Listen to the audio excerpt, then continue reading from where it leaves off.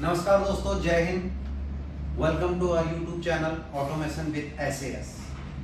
जैसे कि कल हमने एक वीडियो आपको शेयर किया था फॉल्ट के रिगार्डिंग, जिसमें हम एरर 1 से 7 तक कवर कर चुके थे। अब उसके आगे का पार्ट 2 जो हम आज डिस्कस करेंगे, एरर 8 to 14। अब 8, 9, 10, 11, 12, 13 और 14 इसको इतना कैप्चर करके फिर हम इस वीडियो को यहीं पे वाइंड अप करेंगे। इसमें लास्ट में मैं रिपेयर का भी आपको डाल दूंगा, क्योंकि एरर 41 तक बहुत ज़्यादा है, तो फिर एक और वीडियो बनेगी इसमें, तो बहुत लंबी वीडियो हो जाएगी, ऑलरेडी बहुत लंबी हो चुकी है। तो और एक चीज़ का मैं आप लोगों को यहाँ पे बता दूँ कि सर कभी भी आपकी जब कोई भी प्रोडक्ट हमसे खरीदते हो तो कंपनी, ब्रांड, कोई भी ब्रांड हो, वो एक अपनी स्टैंडर्ड वारंटी देती है। और स्टैंडर्ड वारंटी जो होती है मैन्युफैक्चरिंग डिफेक्ट की होती है। अक्सर लोग हमें कहते हैं सर वारंटी में है और ऐसे कैसे हो गया।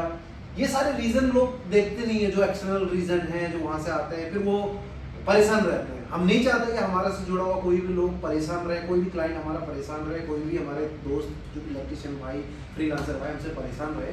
तो मैं आपको ये चीज़ें बता दूँ कि इन चीज़ों को अगर आप ध्यान से रखोगे तो आपको कभी कोई प्रॉब्लम आएगी नहीं। और अगर मैन्युफैक्चरिंग डिफेक्ट है तो नो डाउटली डेफिनेटली कंपनी उसकी वारंटी देती है, हम उसके लिए आपके साथ खड़े रहते हैं और हम उसको करते हैं। और अगर वो आउट ऑफ वारंटी का केस है तो भी हम आपको उसको सपोर्ट करते हैं, एक कम से कम कॉस्ट में रिपेयर करके आपको देते हैं। वारंटी के केस में मैं आपसे अभी भी बोल रहा हूँ, एक रिक्वेस्ट है, हम्बल रिक्वेस्ट है, हाथ जोड़ के रिक्वेस्ट है कि ड्राइव को प्लीज ओपन मत कीजिए। क्योंकि बहुत सारे लोग क्या करते हैं, ड्राइव अपने एंड पे ओपन कर लेते हैं और ओपन करने के बाद फिर उसमें कुछ ना कुछ थोड़ा बहुत देख दाख के फिर कहते थे बंद करके चीज ले जाइए, तो मेरी वारंटी में। इस केस में कंपनी वारंटी जो है कभी नहीं देती, वारंटी अवॉइड हो जाती है। तो उससे रिक्वेस्ट है, जिस कंडीशन में भी आपके खराब हो रही है उसको आप हमारे पास ले आइए, बाकी हम देख लेंगे उसको हमें कैसे आगे कंपनी को भेजना है, कंपनी कैसे वारंटी देंगे, कंपनी देख लेगी, हम देख लेंगे। क्योंकि हमारे को फिर भी कंपनी एक ऑथराइज करती है, हम अगर रिक्वेस्ट करके उनको पूछते हैं कि सर इस मॉडल बड़ा है, जो बड़ी ड्राइव है, हम क्या इसको ओपन कर सकते हैं, उनके परमिशन किससे हम ड्राइव ओपन कर सकते हैं। मगर कस्टमर को, क्लाइंट को ये परमिशन नहीं है, क्योंकि जब हम ओपन करते हैं तो हम उसके वीडियो से लेके ग्राफिक्स सब वीडियो बनाना, कंपनी के इंजीनियर को हम बुला के उसके सामने सारे काम करते हैं, ऐसे नहीं करते हम लोग। तो चलो टॉपिक पे आते हैं। एरर 8 है कंट्रोल पावर सप्लाई फॉल्ट। तो कंट्रोल पावर सप्लाई फॉल्ट आप कभी भी नहीं आता, ये प्रॉब्लम अगर आ रही है तो मैन्युफैक्चरिंग डिफेक्ट ही बोल सकते हो उसको आप। तो इसके लिए आपको कुछ नहीं करना है, ड्राइव को खोल के ज़्यादातर केसेस में, बाकी इनपुट आउटपुट अगर सब ओके आ रही है तो वैसे ये प्रॉब्लम तभी आएगी आपकी जब आपका कंट्रोल कार्ड और पावर कार्ड के बीच की सप्लाई प्रॉपर है, पावर सप्लाई SMPS प्रॉपर आपकी बंद नहीं गई है। तो इस केस में आपको सीधा रिटर्न करना है और कुछ नहीं करना है, रिटर्न टू फैक्ट्री, यानी आप डीलर डिस्ट्रीब्यूटर के पास जिससे भी है उसको वापस दे देना, वो आपका देख लेंगे इसको। अब आगे जी error 9 under voltage. Under voltage भी वो ऐसी फॉल्ट है जब आपका वोल्टेज DC वोल्टेज लेवल जो है, अभी अक्सर मैं आपको ये बोल रहा हूँ कि लोग एक चीज बोलते हैं कि अंडर वोल्टेज ओवर वोल्टेज सिर्फ और सिर्फ उसी की वजह से आता है।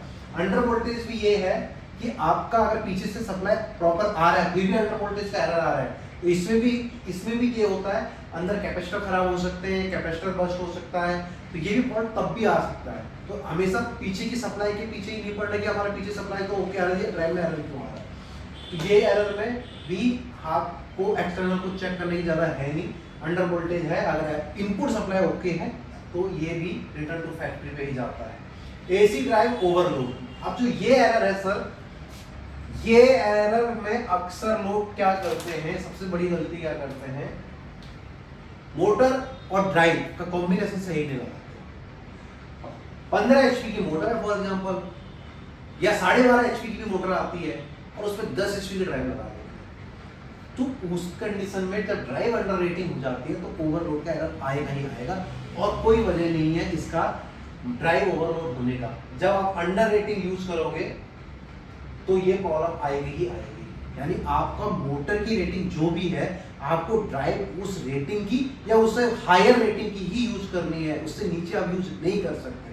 उससे नीचे अगर आप यूज कर रहे हो तो उसके लिए आपको ये प्रॉब्लम आएगी। अगर आपका लोड उतना है जितना आपका वो मोटर लगी है तो आएगी। अगर लोड ही बहुत ज़्यादा कम है और मोटर बहुत बड़ी लगी है, उस केस में आप एम्पियर सेट करके चला सकते हैं, पर वो भी कंपनी, कोई भी कंपनी उसको नहीं उसकी परमिशन देती है।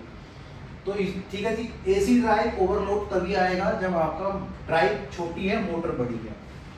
उसके बाद आएगा जी मोटर ओवरलोड। अब ये तो फॉल्ट बहुत आता है जी, बहुत।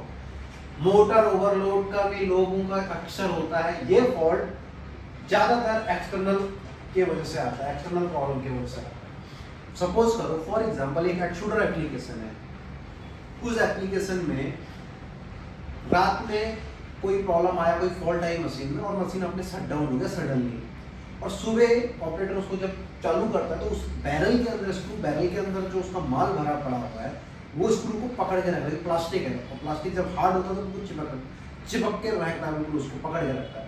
सुबह हीट ऑन करता है, वो पिघलता है, मगर वो उतना ज़्यादा जो अंदर एकदम चिपका हुआ है उसको नहीं पिघाल पाता, क्योंकि ऑपरेटर क्या करता है, अपना बाहर का टेम्परेचर एज यूजुअल नॉर्मल के हिसाब से सेट करता है। उस कंडीशन में टेम्परेचर काफ़ी बढ़ा के उसको पहले पिघलाना होता है। बहुत सारे ऑपरेटर इस चीज़ को जानते हैं, और कई जगह ये प्रॉब्लम आती है। उस केस में क्या होता है कि आपका स्क्रू चिपका हुआ है, यानी उस पर काफ़ी लोड पड़ा हुआ है, और कुछ हिस्सा पिघला हुआ, और आप मोटर चला रहे हो तो वहाँ पे मोटर बहुत ज़्यादा लोड लेने लगेगी। तो मोटर अगर लोड लेगी तो ड्राइव का काम है मोटर को प्रोटेक्ट करना, क्योंकि हमने ड्राइव के किलोवाट, एम्पियर, फ्रीक्वेंसी, जैसे मैंने आपको लास्ट वीडियो में बताया था कि हम उसमें मोटर के पैरामीटर डालते हैं, ऑटो ट्यूनिंग करते हैं। तो मोटर को जब हमने उसके यहाँ ट्यून किया हुआ, उसके एम्पियर, उसके करंट, उसके आरपीएम, उसके फ्रीक्वेंसी, उसकी वोल्टेज जब हमने उसमें डाला हुआ है, तो वो एम्पियर, रेटेड एम्पियर से ऊपर जाएगा, शूट अप करेगा, तो वो उसको ट्रिप कराएगा, क्योंकि उसको प्रोटेक्ट करना है, उसका काम ही यही है। तो ये ओवरलोड में ज़्यादातर प्रॉब्लम बाहर से आती है। बाहर से मतलब एक्सटर्नल, मशीन का कोई ना कोई, मशीन पे एक्सटर्नल फोर्स बना हुआ, लोड बना हुआ है, तब ये लोड में ये प्रॉब्लम आता है। और भी रीजन हो सकते हैं, ड्राइव का भी रीजन हो सकता है। ऐसा नहीं कि ड्राइव नहीं है, अगर आपका ड्राइव प्रॉपर आउटपुट वोल्टेज नहीं निकाल रहे तो भी आ सकता है। तो ये सब चीजें आती हैं। मैं आपको बोला कि ये सब चीजें मैनुअल में भी लिखी हुई है, मतलब आपको ज्यादातर वो चीजें बता रहा हूँ जो बहुत ज्यादा मार्केट में हम फेस करते हैं, जो मुझे दिखता है या हमारा एक्सपीरियंस जो है। थर्ड हो जी power input phase loss, error 12। ये एक ऐसा एरर है, इस एरर में दोस्तों अक्सर लोग बहुत गलतियां करते हैं कि भाई साहब हमारा तो पावर ठीक आ रही है, हमारी तो वोल्टेज ठीक आ रही है, टेस्टर जला के चेक करते तीनों फेस को ओके आ रहा है, लेकिन आपका ड्राइव में एरर आ रहा है। होता ये है दोस्तों, जब कभी भी आप टेस्टर जलाओगे ना, तो टेस्टर आपका अर्थिंग पे भी जल जाएगा, यानी 12 वोल्ट 14 वोल्ट का अगर कोई लीकेज करंट आ रहा है या वोल्टेज ड्रॉप भी आ रही है तो उसमें भी जलेगा, क्योंकि आपका वोल्टेज तो मेजर हो नहीं रहा। और कई केसेस में तो ऐसा ही हमने देखा है, मेरा खुद का एक्सपीरियंस है, आप वोल्टेज भी हमें 415, 440, 420, 430 जो भी है वो प्रॉपर आ रहा है, दिखा रहा है, आपने मल्टीमीटर से देख रहे हो, मगर फिर भी एरर इनपुट फेस लॉस का आ रहा है। इसमें क्या होता है कि जब आपका जो पावर सप्लाई जहाँ से आ रहा है, या इधर एक फेस नहीं आ रहा होगा तो ये एरर इनपुट फेस लॉस आपको दिख नहीं रहा, वहाँ के एक फेस नहीं आ रहा, आपने मल्टीमीटर चेक किया, वो आपने देख लिया, एमसीबी खराब हो सकती है, कुछ भी हो सकता है, व्हाटएवर रीजन, तो आपने बदल गया, वो ठीक हो। लेकिन कई केसेस में ऐसा होता है कि कस्टमर को ना बहुत परेशान होता है, वो देखता है मल्टीमीटर से वोल्टेज भी ठीक आ रही है, सब कुछ ठीक हो रहा है, पर होता यह है कि जहाँ से वो केबल आ रही होती है ना, किसी न किसी बस बार से या डिस्ट्रीब्यूशन पैनल से, वहाँ से उसके एक पॉइंट पे कार्बन जम जाता है, और या वो लूज कॉन्टेक्ट रहता है, तो वो टच तो रहता है, पर जैसे उसमें करंट पड़ता है, लोड पड़ता है, तो वो सप्लाई को डिस्टर्ब करता है, यानी उसमें हल्का सा स्पार्किंग होएगी, तो वो वोल्टेज वहाँ पे उस टाइम ट्रिप कर जाएगी, और यूं ही आपका एक फेस यहाँ इनपुट का आएगा नहीं, और डीसी लेवल उतना रहेगा नहीं जितना उसको रिक्वायरमेंट है, वो इनपुट फेस लॉस का एरर दे देगा। अब फिर आप उसको चेक करोगे रोक के, क्योंकि अब उसमें लोड नहीं है, वो खाली टच है, तो वो फिर दिखाने लगेगा।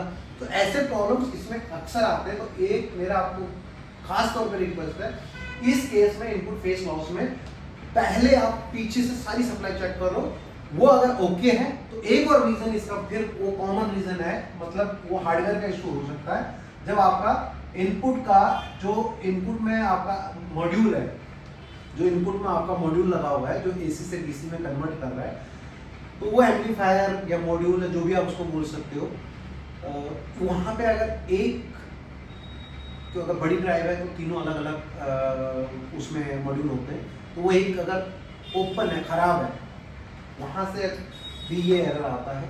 उस केस में उसको आपको वो आप चेक नहीं कर पाओगे, तो उस केस में ये हमारे सर्विस सेंटर या कंपनी के पास जाएगी, तो वो हम उसको चेक करते हैं। जब देखते हैं कि वो एक खराब है, तो उसको उस 2 केस में ड्राइव ऑन होती है, 2 फेज में ड्राइव ऑन भी होएगी, 2 फेज में ड्राइव मोटर भी घुमाएगी। मैं आपको यहाँ पे एक चीज और बता दूं, 2 फेज में ड्राइव मोटर भी चलाएगी, मोटर चलेगी और जो ही उसमें एक सडन लोड से ऊपर करंट जाएगा, फिर सडन फ्रीक्वेंसी से ऊपर जाएगा तो वो एरर शो करेगा। अब यही सेम चीज इसमें भी होता है, आउटपुट फेज लॉस।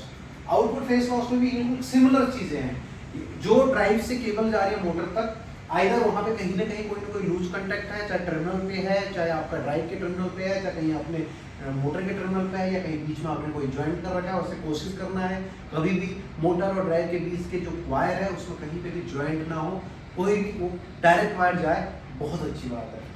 तो ये प्रॉब्लम आती है क्योंकि उसमें कार्बन जम जाता है, लूज कॉन्टैक्ट होता है धीरे धीरे, तो वो ये आउटपुट फेज पे सिमिलर है। और अगर तब भी ये ओके है तो इसमें भी यही है कि आउटपुट आइजेबिलिटी एक खराब है आपका, तो भी ये आउटपुट फेज लॉस कह रहा है।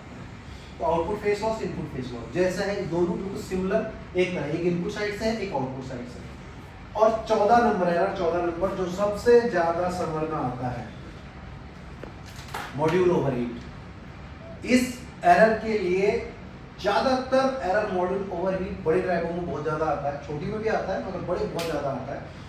इसमें क्या होता है दोस्तों, इसका जो हीट सिंक है, क्योंकि ड्राइव की जो आईजीबीटी और मॉड्यूल लगे हैं उसको कूलिंग करने के लिए हीट सिंक लगा होता है एल्यूमिनियम का, और उसके नीचे फैन लगे होते हैं जो उसको कूलिंग करते हैं।